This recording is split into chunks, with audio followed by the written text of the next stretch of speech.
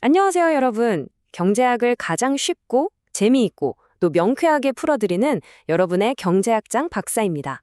세계적인 경제학의 바이블이죠. 폴크루 구먼의 교과서를 저와 함께 하나하나 파헤쳐보는 시간인데요. 경제학, 왠지 단어만 들어도 머리 아프고 복잡할 것 같잖아요. 하지만 저와 함께 차근차근 따라오시다 보면 어느새 경제학의 큰 그림이 머릿속에 쏙쏙 들어와 있을 겁니다. 자, 오늘 우리가 함께 쉽고 뜯고 맛볼 해설의 주제는 바로 정부의 복지 지원입니다. 준비되셨죠? 바로 시작하겠습니다. 우리 주변에서 흔히 볼 수 있는 요일별 약통, 다들 익숙하시죠? 영양제나 매일 먹는 약을 챙겨두는 평범한 물건인데 사실 어떤 분들에게는 이 작은 플라스틱 통을 채우느냐 마느냐가 글자 그대로 생사를 가르는 엄청난 문제입니다. 교재에 나오는 버지니아주 주민 53세 케네스 영의 이야기가 딱 그렇습니다. 이분은 심장에 심각한 문제가 있었는데 안타깝게도 건강보험이 없었어요. 약값이 너무 비싸다 보니까 꼭 먹어야 하는 약을 못 드시고 계셨던 거죠. 진짜 막막하지 않습니까? 그런데 2019년 1월 1일 버지니아주에서 저소득층 의료비 보조 프로그램인 메디케이드를 확대한 겁니다. 이게 완전 게임 체인저가 된 거예요. 새로운 혜택을 받게 된 그는 드디어 치료비를 지원받고 다시 생명과도 같은 약을 챙겨 먹을 수 있게 되었습니다. 여러분, 정부의 복지 정책이라는 건 단순히 두꺼운 책 속에 갇혀있는 따분한 예산 얘기가 절대 아닙니다. 우리 이웃들의 삶, 그 자체와 직결된 진짜 현실적인 이야기라는 거죠. 오늘 강의에서 우리가 살펴볼 전체적인 로드맵입니다. 첫째로 복지의 진정한 의미를 짚어보고요.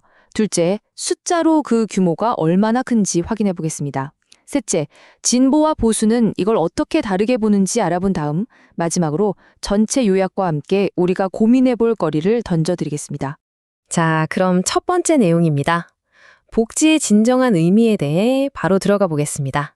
폴 크루그먼은 복지국가라는 개념을 아주 명쾌하게 딱 떨어지게 정의합니다.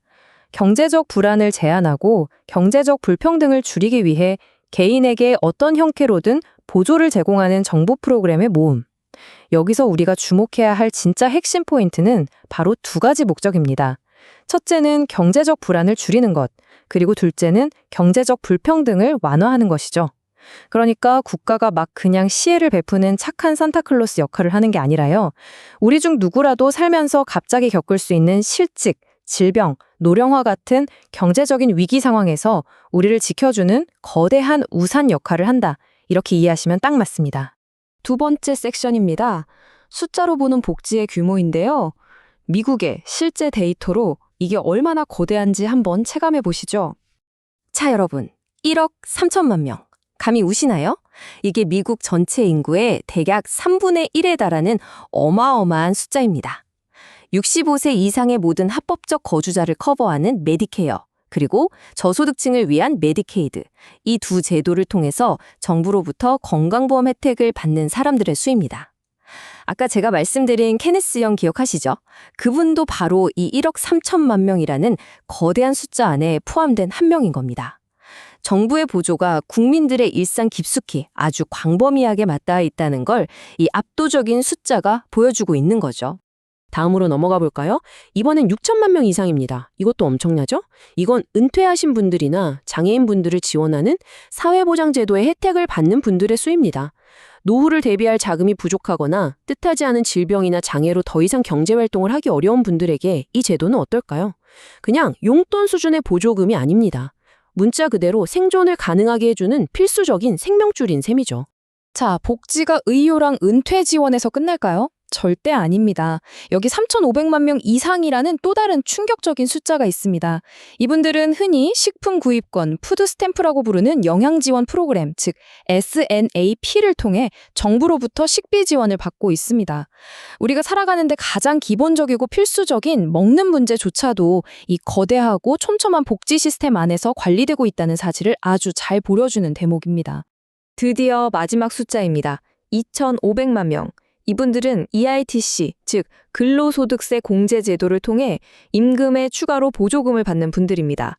일은 정말 열심히 하고 있는데 소득이 너무 낮아서 힘든 분들 있잖아요. 그런 분들에게 일할 의욕은 팍팍 살려주면서 동시에 경제적인 지원까지 얹어주는 아주 영리하고 효율적인 제도입니다. 자, 우리가 방금 엄청난 숫자 4개를 쭉 살펴봤는데 여기서 얻을 수 있는 결론이 뭘까요? 미국의 복지국가라는 건 그냥 단편적인 정책 하나가 아니라 의료, 노후, 식량, 임금 보조까지 삶의 전 영역에 걸쳐 아주 넓게 또 깊게 뿌리내리고 있는 거대한 시스템 그 자체라는 겁니다. 세 번째 섹션입니다. 진보와 보수의 시각 차이. 이렇게 어마어마한 규모다 보니 정치적으로도 얼마나 뜨거울지 짐작이 가시죠? 이렇게 거대한 복지국가 시스템을 두고 아주 팽팽하게 맞서는 두 가지 시각이 존재합니다.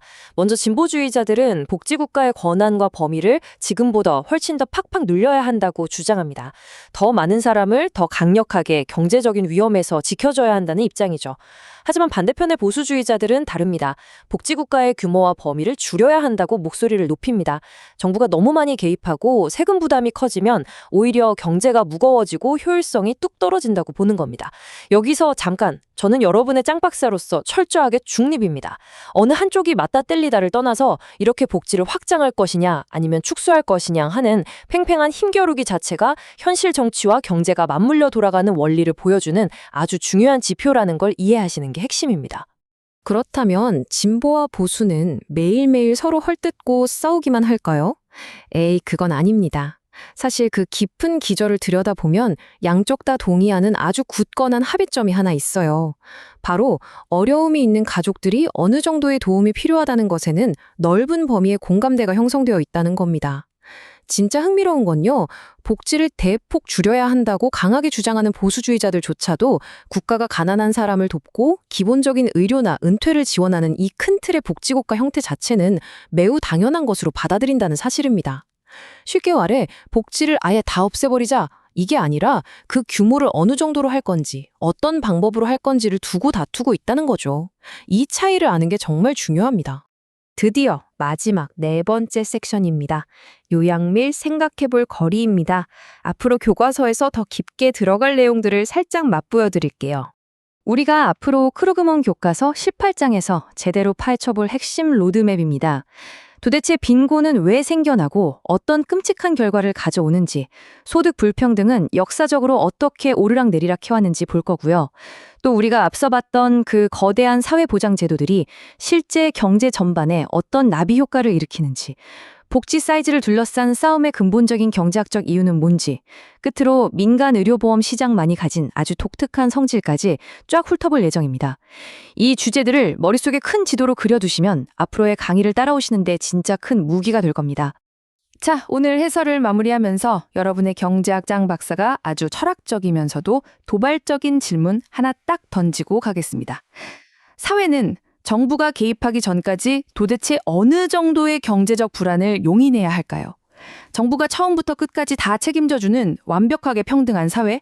현실적으로 불가능에 가깝죠. 그렇다고 모든 경제적 고통을 네가 알아서 책임져라 하는 완전한 방임주의?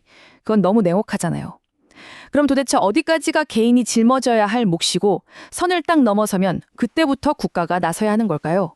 오늘 우리가 숫자로 확인했던 미국의 거대한 복지 규모, 그리고 케네스 영의 극적인 이야기들을 천천히 되새겨 보시면서 여러분만의 경제학적 답변을 꼭 한번 진지하게 고민해 보시기 바랍니다.